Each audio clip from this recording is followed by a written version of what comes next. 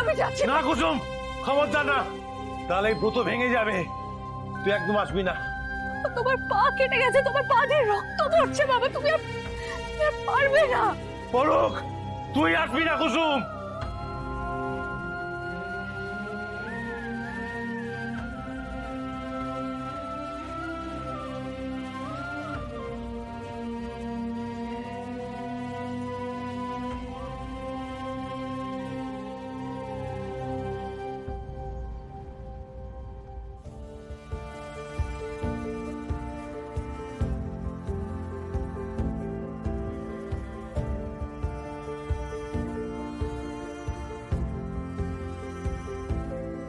এই কঠিন তপস্যা শুধুমাত্র আমি আমার মেয়ের জন্য করছি ঠাকুর। তুমি ওকে বাঁচিয়ে দাও।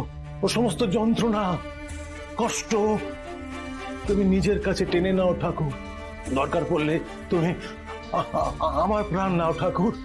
আমি আমার প্রাণ দিতে প্রস্তুত আছি ঠাকুর। এবার যাও শঙ্কর, নিজের মেয়েকে কোলে তুলে এনে এই মূর্তির চারদিকে 7 বার প্রদক্ষিণ করা, তারপর ওকে মূর্তি দর্শন করা।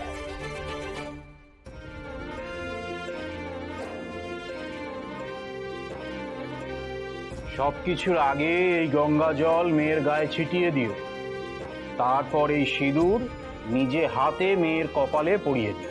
আমার মনে আছে গুরুদেব, আমার সব মনে আছে, আমার কোনো ভুল হবে না।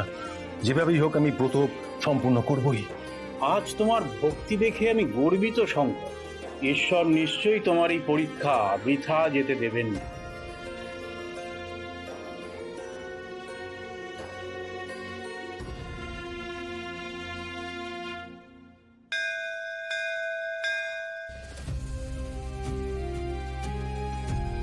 বাবা